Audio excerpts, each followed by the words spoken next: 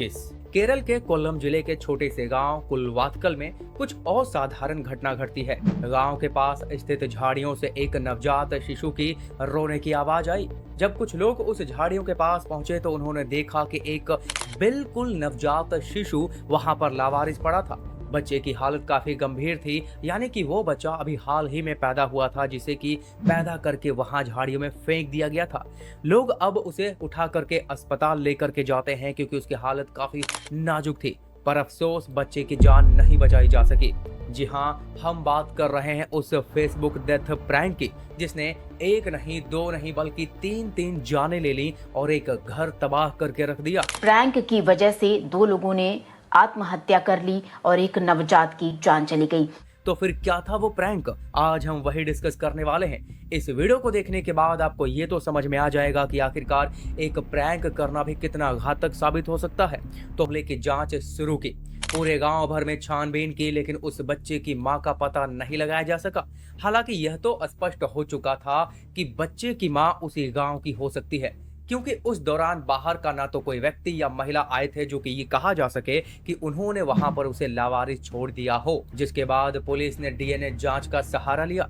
गांव की हर उस सस्पिशियस महिला के डीएनए सैंपल लिए गए और बच्चे के डीएनए सैंपल से मैच करवाया गया। फिर कुछ हफ्ते बाद पुलिस ने चौंकाने वाला खुलासा किया कि बच्चे की मां कोई और नहीं बल्कि उसी गांव की रहने वाली रेशमा थी। इस खबर ने सभी को हैरान कर दिया, खास करके रेशमा के परिवार और उसके पति के तो होश उड़ गए। विष्णु ने भी इस बात से इनकार करते हुए कहा कि उसकी पत्नी गर्भवती थी ही नहीं, लेकिन डीएनए टेस्ट कभी झूठ नहीं बोल सकते थे। फिर जब पुलिस ने रेशमा को हिरासत में लेकर के सख्ती से पूछताछ की तो उसने मान लिया कि वह उसी का बच्चा था। उसने यह भी बताया कि उसने अपनी गर्भ अवस्था की बात किसी के साथ साझा नहीं की थी और यहाँ तक कि अपने परिवार और पति को भी नहीं बताया था। उसने फिर ढीले ढाले कपड़े पहन करके जैसे तैसे अपनी गर्भ अवस्था को छिपाए रखा था और समय आने पर बाथरूम में जाकर के अकेले ही बच्चे को जन्म दिया और फिर उसे झाड़ियों में छोड़ दिया। जब पुलिस ने इसके पीछे का कारण पूछा कि उसने बच्चे को इस तरह से क्यों छोड़ दिया था, तो रेशमा ने एक और रहस्य को उजागर किया।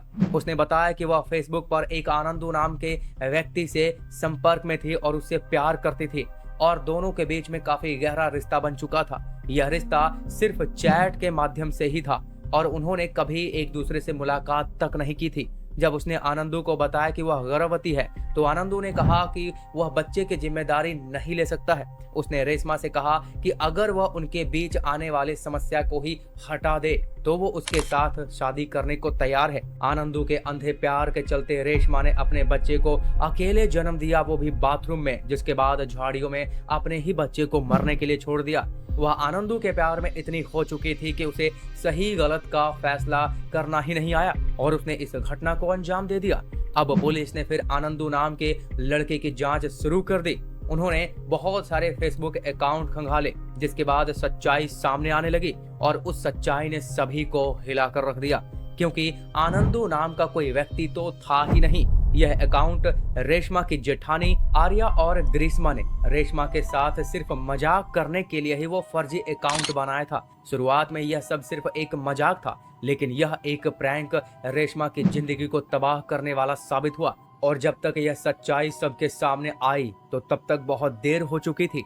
रेशमा का बच्चा मारा जा चुका था और उसका जीवन भी पूरी तरीके से बर्बाद हो चुका था। इस घटना के कुछ समय बाद ही 22 जून को पुलिस को एक और झटका लगता है कि इथिकारा नदी के पास आर्या और ग्रीष्मा की लाश मिली है। पुलिस ने जांच की तो पता चला कि दोनों ने नदी में कूद करके आत्महत्या कर ली थी, जो कि सीसीटीवी फुटेज में भी उन्हें इथिकारा नदी की तरफ जाते हुए देखा गया था। जिसके बाद जब पुलिस ने उन दोनों के घर की तलाशी ली तो आर्या के उसके रूम से एक सुसाइड नोट बरामद हुआ, जिसमें लिखा हुआ था कि वे जानबूझकर किसी को धोखा नहीं देना चाहती थी। उन्हें इस बात का अब एहसास हो चुका था कि उनके द्वारा किया गया मजाक बहुत बड़ा रूप ले चुका था और वे इस अपराध के बोझ को सहन नहीं कर सकी। इस घटना से पता चलता है कि आनंदू नाम का असल में कोई व्यक्ति कभी था ही नहीं।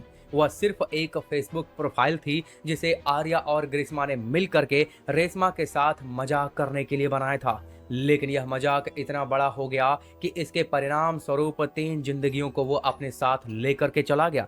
रेशमा का बच्चा, आर्या और ग्रीष्मा की जिंदगी। इसी के साथ रेशमा सरलता पूर्वक अपने जीवन को व्यतीत कर रहा था, लेकिन एक दिन अचानक उनके घर में कुछ ऐसा घटा जो उनके जीवन को पलट कर रख देता है। अचानक घर में 2 मौत हो जाती है और एक मासूम बेटी अनाथ हो जाती है।